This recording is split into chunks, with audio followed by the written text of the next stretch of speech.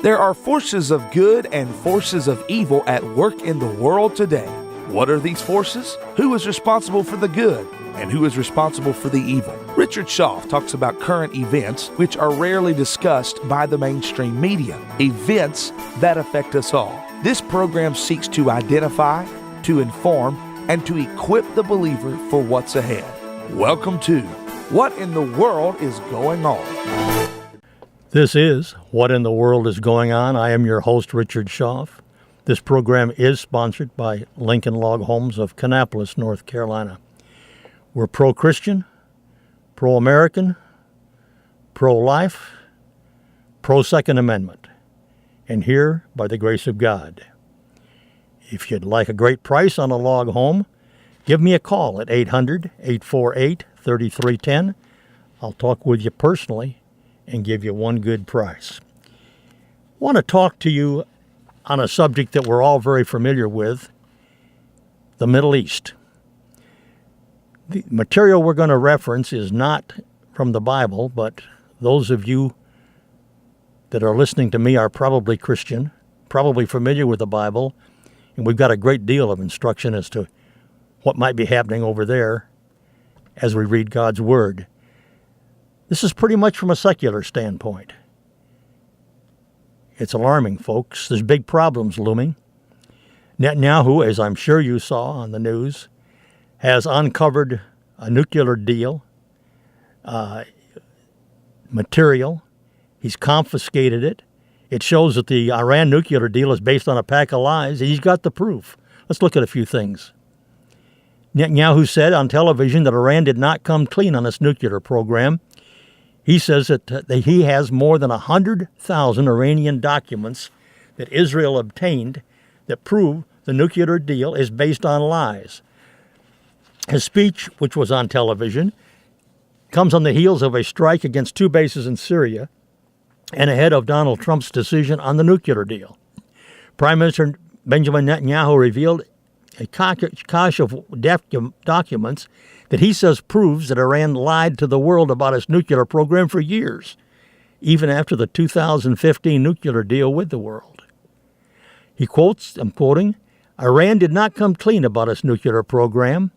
He said this in a prime address in English. He said Iran, for its part, blasted the speech as propaganda.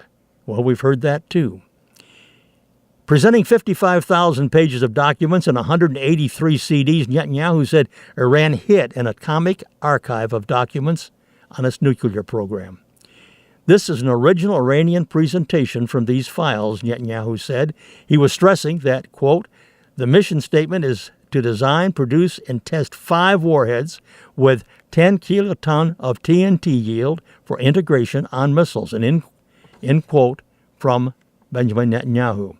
A diplomatic source said that if the international nuclear watchdog had the details that were provided by Netanyahu, then the Iranian deal would never have taken place, because the deal was coordinated on an IAEA report that cleared Iran from nuclear military activity. Iran reported there was no such activities, and on the basis of those lies, the officials said Iran got a clean bill. U.S. President Donald Trump, who spoke publicly 30 minutes after Netanyahu's speech, said that Netanyahu's speech, quote, showed that I was 100% right, end quote, in criticizing the nuclear deal. Prior to Netanyahu's conference, Trump spoke with Netanyahu over the phone to discuss the current situation in the Middle East. The reach out of that phone conversation stated that they, quote, discussed the continuing threats and challenges facing the Middle East region, especially the problems posed by the Iranian regime destabilizing activities, end quote. In a rare move, Netanyahu called the head of Israel's 2 news broadcasters and updated them with the content of his planned statement. Netanyahu spoke on the phone with the French President Macron and German Chancellor Merkel about the information he revealed concerning Iran's nuclear weapons program. His office said on Twitter that Israel, quote, will send in the coming days professional teams that will share with Germany and France the detailed material Israel obtained on Iran's efforts to obtain a nuclear weapon, end quote. Netanyahu also spoke to Russian President Putin about what he found The two discussed Syria and agreed to meet as soon as possible. Netanyahu said he plans to update British and Chinese leaders soon. His speech came after an airstrike in Syria a week ago in which 200 missiles were destroyed and 11 Iranians were killed. This according to one pro-Assad source. Various reports attribute the strike to Israel, but the origin of the attack remains unconfirmed. The strike reportedly targeted an arms depot of missiles. The strike comes as tensions increase between Israel and Iran in Syria, and the U.S. deadline on the Iranian sanctions regarding the nuke deal on May 12th draws near. Let's see what happens if Trump pulls out of the Iran nuclear deal. Israeli defense and political sources told Russia and the United States last Sunday, a week ago, that if Iran attacks Israel from Syria, either itself or through its proxy Hezbollah, Jerusalem will respond forcefully and target Iranian soil. Later, Iran's deputy foreign minister said that the current terms of the Iran deal are no longer sustainable for them, regardless of whether or not the U.S. ends the deal.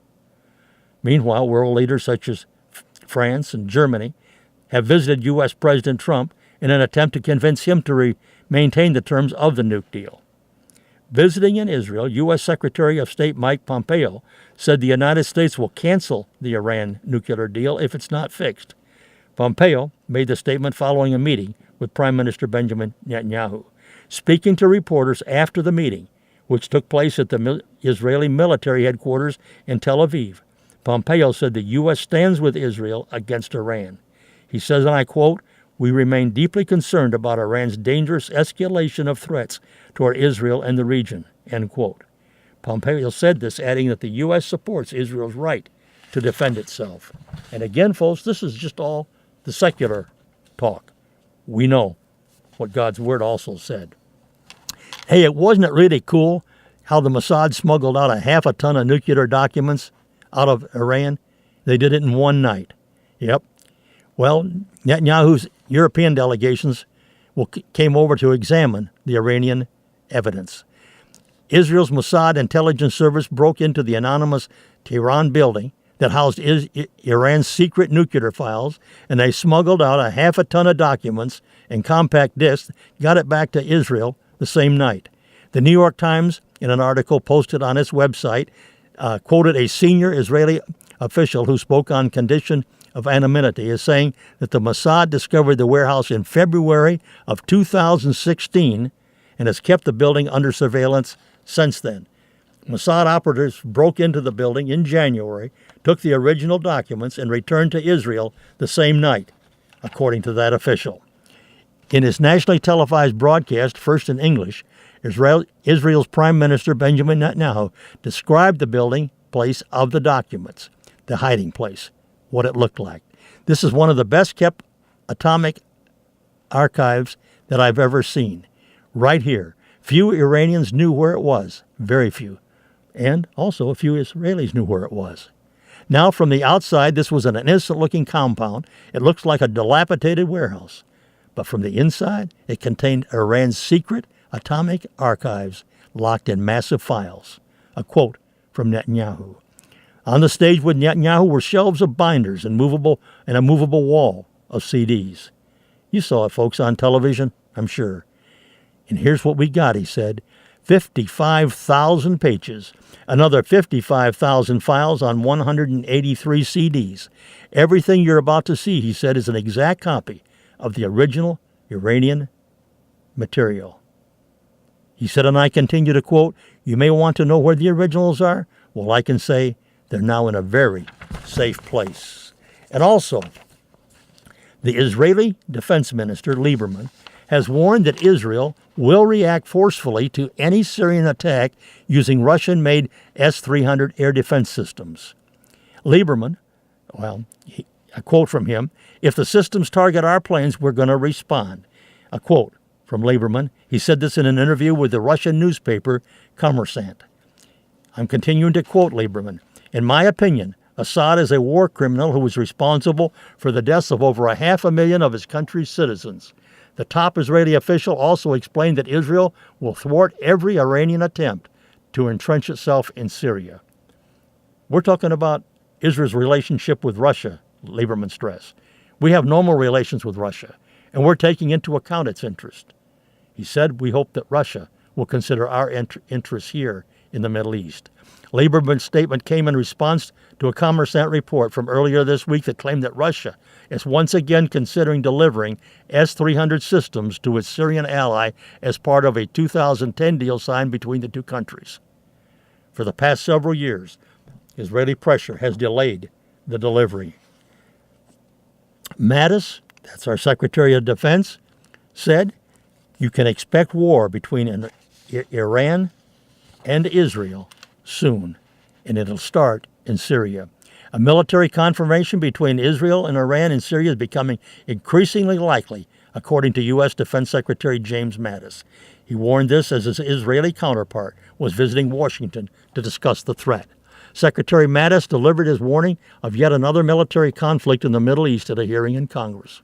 Asked if Israel and Iran were edging toward military confrontation, he said, and I quote, "I can see how it might start. I'm not going to say when or where." He continued, and I'm quoting, "I think it's very likely in Syria because Iran continues to do its proxy work there through Hezbollah." He accused Iran of not only expanding and strengthening its presence in Syria, but also, quote, "bringing in advanced weapons for Hezbollah through Syria," end quote.